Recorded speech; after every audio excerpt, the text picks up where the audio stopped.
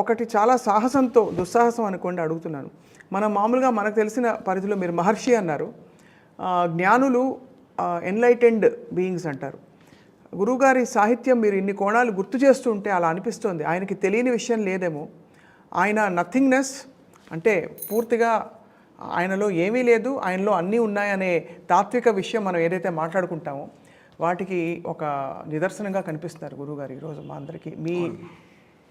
మీరు ఆయన పట్ల చాటే ప్రేమ అభిమానం కంటే భక్తి. అయ్యో అంటే నేర్చుకోవాలనిపిస్తుంది. శాస్త్రి గారిని సినిమా రచయితగా తీసుకున్నా కూడా మనం ఏదో ఒక దేశంలో పుట్టాం, ఒక నేలలో పుట్టాం, ఒక జాతిలో పుట్టాం. కొన్ని అలవాట్లు, కొన్ని సంప్రదాయాలు కొన్ని వస్తాయి, కొన్ని నేర్చుకుంటాం. ఈ నేర్చుకునే భాగంలో గురువులు తల్లిదండ్రులు మనకు సహకరిస్తారు. కానీ ఇప్పుడున్న ఈ కన్ఫ్యూజన్లో ఎవరికి సహకరిస్తారో తెలియదు. నన్ను అడిగితే శాస్త్రి గారి పాటల్ని పాఠ్యాంశాలుగా చేర్చేస్తే 4, 5, 6 పాటలు గొప్ప మాట అండి. తప్పకుండా ఇప్పుడు మీకు ఇలా చెప్పారు కదా, నిన్ను నన్ను కన్నప్పుడు మన తల్లుల నొప్పుల తీరొకటే. నల్లవాడైనా, తెల్లవాడైనా, పొట్టివాడైనా, పొడుగువాడైనా, ఏ కులం వాడైనా, ఏ మతం వాడైనా వాళ్ళ అమ్మ నొప్పులు ఒకలాగే ఉంటాయనే ఆలోచన ఏ కవి చేయగలడమ్మా? ఏ కవి చేయగలడు అని చెప్తారు. ఎక్కడో ఒకరోజు నాకు ఆయన గురించి చెప్పేటప్పుడు ఒకటి అనిపిస్తుంది. ఓనమాల అనే సినిమాలో ఆ పాట పెద్ద పాపులర్ అవ్వలేదు. ఓనమాల అనే సినిమాలో పాట రాశారు ఆయన. ఆయనది రాయకముందు, సినిమా రాకముందే ఆ చూనది వేరేగా రాసేశారు. ఆయన ఒక రకమైన బాణీలో పాడతాడు. ఆయన పల్లెటూరు బాధపడుతుంది. పిల్లల్ని బయటకు వచ్చిన వాడు మనలాంటి వాళ్ళందరినీ చూసి, పిల్లలు బాగున్నారా, ఎవర్రా ఏమయ్యారా, పిల్లలు బాగున్నారా, ఏమయ్యారా, మన్నుచాటు తల్లివేరునర్రా, మన్నుచాటు కింద ఉండిపోయిన తల్లివేరు, ఆ వేరుని మనం వదిలేసి వెళ్ళిపోయాం. వలస పిట్టలకైనా సొంత నెలవు తెలిసి ఉంటుంది, కడలిలో కలిసేదాకా నదికి కథ ఉంటుంది. వలస పిట్టలకైనా సొంత నెలవు తెలిసి ఉంటుంది, కడలిలో కలిసేదాకా నదికో కథ ఉంటుంది. మీ గతం ఏమిటని, మీ గతి ఎటు అని ముందు తరం అడుగుతుంది ఇప్పుడప్పుడు. ఏంటి నాన్న ఎక్కడ ప్రారంభించావు జీవితం అని. వ్యాపకాల నేడే కానీ జ్ఞాపకాల జాడే లేని నువ్వేం చెప్తావురా అని అడిగాడు. వ్యాపకాల నేడే కానీ జ్ఞాపకాల జాడే లేని నువ్వేం చెప్తావు సమాధానం అని చెప్తూ అందులో నాకు 3 లైన్లు రాస్తారు. మా భలే ఆనందం అనిపిస్తుంది. హెచ్చు తగ్గులు లేని గుండెసడినిచ్చాను. అంటే మానవ జీవితం సక్రమంగా ఉండేటట్టుగా పల్లెటూరు మనని తయారు చేసింది. మన బాల్యంలో భారతదేశం చెప్పిన గ్రామీణ భారతంలో మీకు స్టంట్లు పడవు. మా ఊర్లో ఎవడో 85 ఏళ్ళు పోలా. మాదో చిన్న పల్లెటూరు, చిన్న గ్రామం. ఎందుకంటే అందరిది హెచ్చు తగ్గులు లేని గుండెసడి, పెరగదు తగ్గదు, స్టేబుల్గా ఉంటుంది. హెచ్చు తగ్గులు లేని గుండెసడినిచ్చాను, వెచ్చతనం పోని కంటితడినిచ్చాను. ఇప్పుడు మన ఏడుపులన్నీ గ్లిజరిన్ ఏడుపులు. కన్నీళ్ళు ఉప్పగా ఉండాలి, వెచ్చగా ఉండాలి. అవి ఆర్ద్రతతో నిజమైన ప్రేమతో కూడిన కన్నీళ్ళు. వెచ్చదనం పోని కంటితడినిచ్చాను, సాటి మనిషి పోతే కాటిదాకా వెళ్ళి సాగనంపేపాటి తీరుబాటు ఇచ్చాను. అక్కడే శవం దగ్గర నుంచే ఫోను అయిపోయింది, అయిపోయింది పేరు చెప్తాం. విశ్వనాథ్ గారి దానికి 100 మంది రాలేదు. భలే బాధేసింది. ఏమిటండి, సాటి మనిషి పోతే కాటిదాకా వెళ్ళి సాగనంపేపాటి తీరుబాటు ఇచ్చాను. సో నా ఉద్దేశంలో ఆ మన్నుచాటు తల్లివేరు శాస్త్రి గారు. ఇప్పుడు ఆ మన్నుచాటు తల్లివేరు ఎవరంటే శాస్త్రి గారు. మనం ఆయన్ని మళ్ళీ తెచ్చుకుని, ఆ మన్నుచాటు తల్లివేరుని తెచ్చుకుని, ఆ తల్లివేరు నుంచి మనం మంచి విషయాలు నేర్చుకుని 10 మందికి చెప్పి ముందుకెళ్ళాలని నా ఆలోచన. అప్పుడప్పుడు శాస్త్రి గారు నాతో పాటు నా కారులో ట్రావెల్ చేసేవారు. వైజాగ్లో చాలాసార్లు నా బండి ఎక్కుతారు, నాతో పాటు వస్తారు. ఆయనకి ఆయనకు కొన్ని ఇష్టమైన పాటలు ఉంటాయి. చరణాలు పాడతాను ఆయన. నాకు ఎప్పుడు మీరు ఇప్పుడు ఇందాక చూసినప్పుడు నేను చరణాల నుంచి ఎత్తుకుంటాను, పల్లవి నుంచి నాకు గుర్తురాదు. జాలిగా జాబిలమ్మ చరణం చెప్పండి. ఇప్పుడు అవసరమే గురువు చెప్పరా, సరే గుర్తులేదండి, ఎంత వస్తే అంత పాడరా. ఆయనకి ఏమి పెద్ద చాలా ఇష్టమైన పాట ఇది. పూర్తిగా మనం ఏం చేసేయట్లేదు, ఆయన మళ్ళీ కవర్ చేసుకుంటాడు. కొంత అందులో ఉండే విషయం తెలియడం కోసం పాడమంటారు. సున్ని పిండిని నలచి చిన్నారిగా మలచి సంతసాన మునిగింది సంతులేని పార్వతి, సుతుడన్న మతి మరచి సూలాన మెడ విరిచి పెద్దరికం చూపే చిచ్చు కంటి పెనిమిటి, ప్రాణపతినంటుందా బిడ్డగతి కంటుందా ఆ రెండు కళ్ళల్లో అది కన్నీటి చితి కాలకూటం కన్నా ఘాటైన గరళమిది గొంతు నులిమే గురుతై వెంటనే ఉంటుంది జాలిగా జాబిలమ్మ రే రే ఇలాగ ఆయనకి చరణాలు వినడం పూర్వజన్మ సుకృతం అమ్మా. అప్పుడు నువ్వేం సాధించావు జీవితంలో అంటే ఒకసారి ఎప్పుడో నాకు శివానందమూర్తి గారు చెప్పారు, నావి 4 IAS ఇంటర్వ్యూలు పోయాయి. నేనేమో good at interviews, good at speaking. IAS ఇంటర్వ్యూలు 4 స్ట్రైట్ వరుస కన్సిక్యూటివ్ ఇంటర్వ్యూస్, 4 అటెంప్ట్స్ నాకు. అప్పుడు గురువుగారిని ఎప్పుడోసారి అడిగాను, 20 ఏళ్ళుగా నాతో ఉన్నావుగా సరిపోలేదా అన్నారు.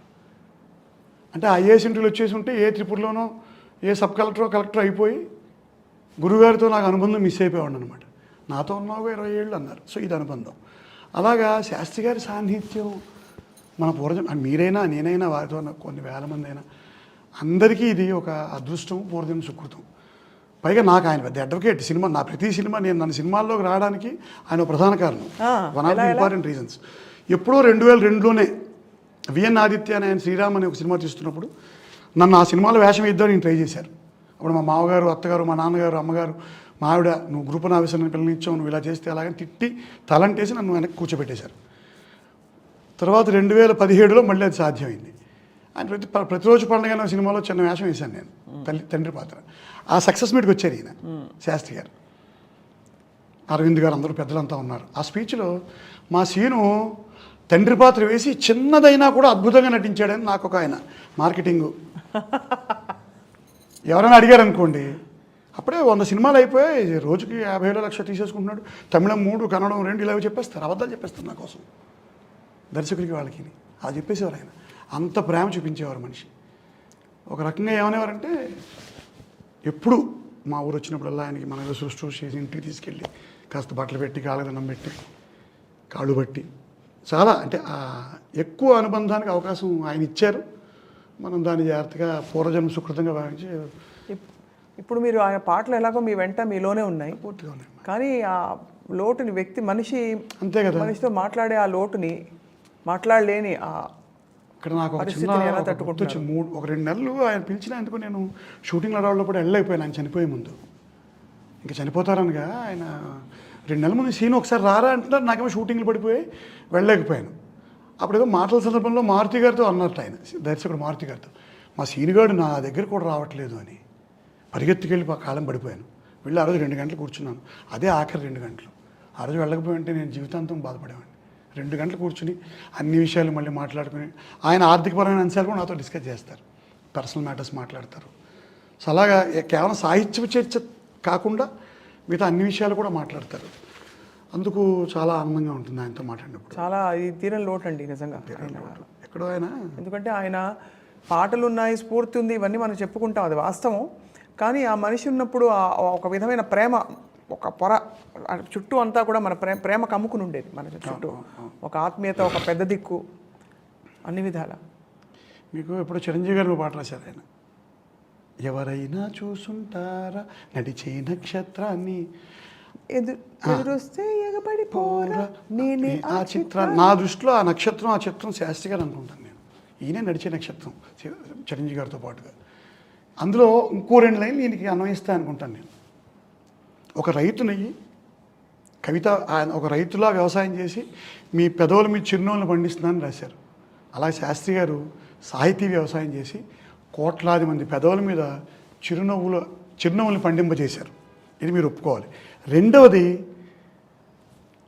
ఒక రాజునై 1,000,000 గుండెల కోటల్ని ఏలుతానని రాశారు. అందులో నిజంగానే ఒక మహారాజు, ఓ చక్రవర్తి, సర్వం సహా చక్రవర్తి 1,000,000 గుండెల కోటల్ని ఏలి మన మధ్యలో దూరంగా ఉన్న ఈ కోట్లాది గుండెల్లో ఎప్పుడూ అలా నిలిచిపోయి ఉంటాడనేది నా స్ట్రాంగ్ ఫీలింగ్ అమ్మ.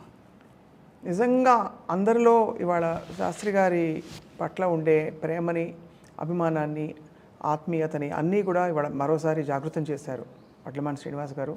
మీలోని సరస్వతికి మా సాదర ప్రణామాలు. నాకు మీరు ఎంత అంటే అనర్గళంగా చెప్తున్నారు. మీ తీవ్రత, ఆయన తీవ్రత ఒక తీవ్రత గురించి మాట్లాడుతూ ఇంకో తీవ్రతని వాళ్ళు చూసాం. నేర్చుకోవడం, ఆయనతో పాటు ప్రయాణం చేయడం వల్ల వచ్చిన అది అదృష్టంగా భావిస్తాను అంతే నేను. ఓ 2 లైన్లతో మనం ఐ థింక్ నేను ఈ చర్చని ముగించవచ్చు. ఊరికే మన ఇద్దరం కలిపి అనుకుందాం లాస్ట్లో. చెప్పండి సార్. గాలి పల్లకీలోన తరలిన పాట పాప ఊరేగి వెడలే, గాలి పల్లకీలోన తరలిన పాట పాప ఊరేగి వెడలే, గొంతు వాకిలిని మూసి మరలి తను మూగబోయిన గుండె మిగిలే, నా హృదయమే నాలోగిలి, నా హృదయమే నా పాటకి తల్లి, నా హృదయమే నాకు వాలి, నా హృదయములో ఇది సినీవాలి అని వారి హృదయం పాటకి తల్లి, వారి హృదయమే సినీవాలి. నిరంతరం ఆయన కృపా కటాక్ష వీక్షణాలు మనందరి మీద ప్రసరిస్తారు పైనుంచి కూడా. ఎందుకంటే మంచిని కోరుకున్న మనిషి. అందుకే జీవితం సులువు అంటే సులువు, బరువు అంటే బరువు అన్నారు కదా. కష్టాలు ఉన్న వాళ్ళందరం కూడా జీవితాన్ని సులువు అనుకుందాం. అదే సార్. జీవితాన్ని సులువు అనుకుని ఆయన చెప్పిన మార్గంలో ముందుకెళ్దాం. థ్యాంక్స్. నమస్కారం సార్. ఇంకా మాటలు రావట్లేదు అసలు ఏమీ. ఈ అవకాశాన్ని నేను కూడా గొప్పగా భావిస్తాను. ఎందుకంటే ఇవి చెప్పుకునే ఫారమ్స్ దొరకవు మనకి. ఇంతసేపు మాట్లాడుకోలేం. ఇప్పుడు 10 మందితో కూర్చున్నప్పుడు ఓ 2 లైన్లు ఆయనవి పాడగలగడమో మాట్లాడగలగడం చేయగలుగుతాం తప్పితే ఇంత అవకాశం రాదనేది నా ఉద్దేశం. సో ఐ డ్రీమ్ వారికి, శర్మ గారికి, వాసు గారికి. To you by Bharati Cements.